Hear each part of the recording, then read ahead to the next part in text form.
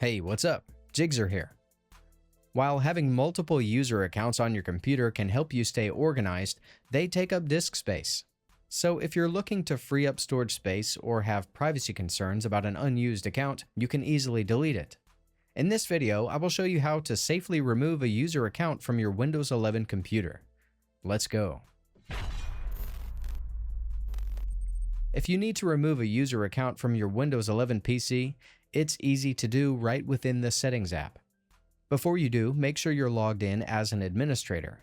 And remember that you can't delete the account you're currently using. To get started, press the Windows key and I at the same time to open Settings. Go to Accounts and choose Other Users. Click on the account you want to remove. Hit the Remove button next to the account and data and confirm the removal. This will delete all the user's personal files, settings, and applications from your computer. It's important to note that this will not delete the user's actual Microsoft account, only the information and data on your device. That's it. If I could help you, feel free to give this video a thumbs up, and don't forget to subscribe. If you have any questions about the video or other problems with your Apple device, leave a comment below. See you next time.